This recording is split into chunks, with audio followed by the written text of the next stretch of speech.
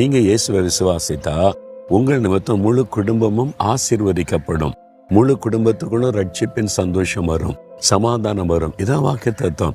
அப்ப இயேசு உங்களை மாத்திரம் நேசிக்கல, உடைய முழு குடும்பத்தை நேசிக்கிறார். அவங்க கிறிஸ்தவர் அல்லாதவங்களா கூட இருக்கலாம், கடவுள் நம்பிக்கை இல்லாதவங்களா கூட இருக்கலாம். உங்கள் நிமித்தம் அவங்கள இயேசு நேசிக்கிறார். அவங்களே ரட்சித்து சமாதானம் கொடுத்து ஆசீர்வதிக்க விரும்புகிறார். நான் பாருங்க, இயேசு எனக்கு அற்புதம் செய்து சுகமாக்குனாரா? நான் இயேசுவை விசுவாசித்தேன், சர்ச்சுக்கெல்லாம் போக ஆரம்பித்தேன், பைபிள் வாசிக்க ஆரம்பித்தேன். என் குடும்பத்தார் ரொம்ப ஸ்ட்ராங், மத பற்றில் அப்படியே ஃபேமிலி பேக்ரவுண்டில் இந்த சூழ்நிலை. அதனால் நீ மட்டும் சர்ச்சுக்கு போய் இயேசுவை ஏற்றுக்கொள்ளனே. எல்லாரும் இயேசுவை நேசித்தாங்க, ஆனால் உள்ளத்தில் ஏற்றுக்கொள்ளலை. அந்த ரட்சிப்பின் சந்தோஷம் இல்லை. நான் ரட்சிக்கப்பட்டோடனே எனக்கு அது பாரம்.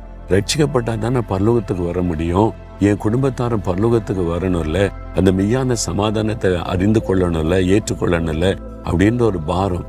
அப்போ ஆண்டவர் இந்த வாக்குத்தத்த வசனத்தை எனக்கு காண்பித்தார். கர்த்தராக இயேசு கிறிஸ்துவை விசுவாசித்தா நீயும் உன் வீட்டாரும் ரட்சிக்கப்படுவீர்கள் வாக்கு கொடுத்திருக்கிறேன். இந்த வாக்குத்தத்தத்தை வைத்து ஜெபிக்க ஆரம்பித்தேன்.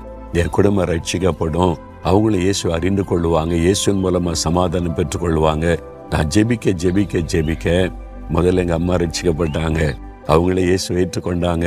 ஆண்டவர் இயேசு ருசித்தாங்க, ரொம்ப சந்தோஷமா சொல்லுவாங்க, நான் இப்ப மகிழ்ச்சியா இருக்கிறேன்னு சொல்லி.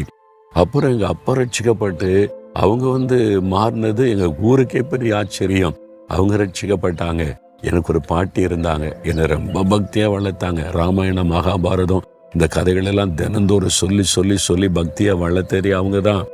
காலையில் எழுமுன்னா சூரிய நமஸ்காரம் பண்ணுவாங்க. அவங்ககிட்ட நான் இயேசுவை பற்றி சொன்னேன். நான் தான் ஒன்று பக்தியா வளர்த்தேன், எனக்கே சொல்றியாம்பாங்க. நான் எல்லா பேய் பிசாசெல்லாம் வணங்க மாட்டேன், ஒரே கடவுளை தான் வணங்குவேன்னு சொல்லுவாங்க. ஆமா பாட்டி, நீங்க சூரியனை நமஸ்காரம் பண்றீங்க, இந்த சூரியனையே உருவாக்கின ஒரு ஆண்டவர் இருக்கிறாரு, அவர் தான் நீதியின் சூரியன் இயேசு கிறிஸ்து. அவரை நீங்க சொந்தமாக்கிட்டீங்கன்னா அவர் உருவாக்கின சூரியனை பார்த்து மகிழ்ச்சி அடைவீங்க. அதை உருவாக்கின ஆண்டவரை நீங்க தொழுது கொள்வீங்க, ரொம்ப சந்தோஷமா இருக்கும் நீ. ஆனா நான் சொல்றது உடனே ஏற்றுக்கொள்ளல. சில வருடங்கள் கழிந்தாலும் நான் தொடர்ந்து இந்த வசனத்தை சொல்லி சொல்லி ஜெபிக்க ஜெபிக்க ஒரு நாள் அவங்க இயேசுவை ஏற்றுக்கொண்டாங்க, ரட்சிக்கப்பட்டாங்க, ஆண்டவரை துதித்து கொண்டே இருந்தாங்க. என் குடும்பத்துல இந்த 3 பேருமே ரட்சிக்கப்பட்டு மரணத்துக்கு முன்னால இயேசுவை ஏற்றுக்கொண்ட மகிழ்ச்சியோடு மரணத்தை சந்தித்தாங்க. இப்ப அவங்க பரலோகத்துல இயேசுவோடு இருக்கிறாங்கன்னு எனக்கு தெரியும். நான் ஒரு நாள் இயேசு வரும்போது அவங்க திரும்ப வருவாங்க, அவங்களை பார்ப்பேன்னு எனக்கு தெரியும். அதான் குடும்பத்தின் சந்தோஷம். நீங்களும் உங்களுடைய வீட்டார ரட்சிக்கப்படுவீங்க. இந்த வசனத்தை வைத்து தொடர்ந்து ஜெபிங்க. உங்க குடும்பத்துல யாராவது ரட்சிக்கப்படலைன்னா வாக்குத்தத்தத்தை விசுவாசித்து ஜெபிங்க. அவங்க கட்டாயம் ரட்சிக்கப்பட்டு அவங்களும் இயேசுக்குள்ள சந்தோஷமா மாறிடுவாங்க. உங்க குடும்பமே